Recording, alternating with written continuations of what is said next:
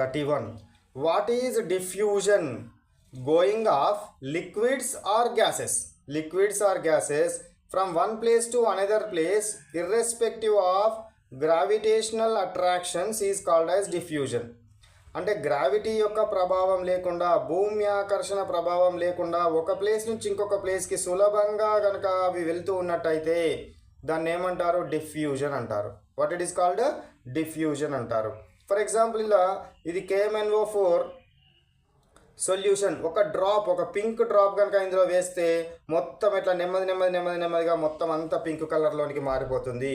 ఇట్లా ఒక ప్లేస్ నుంచి ఇంకో ప్లేస్ ఈజీగా ట్రావెల్ అవ్వడాన్ని ఏమంటారు?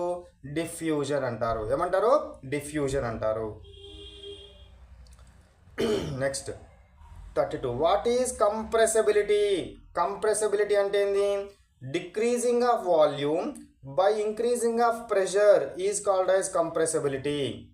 సో దాని మీద కనుక నేను ప్రెషర్ని, ఫోర్స్ని కనుక అప్లై చేస్తే ఇక్కడ ఉన్న వాల్యూమ్ కనుక తగ్గుతూ ఉంటే దాన్ని ఏమంటారు? కంప్రెషన్ అనాలి. దాన్ని ఏమనాలి?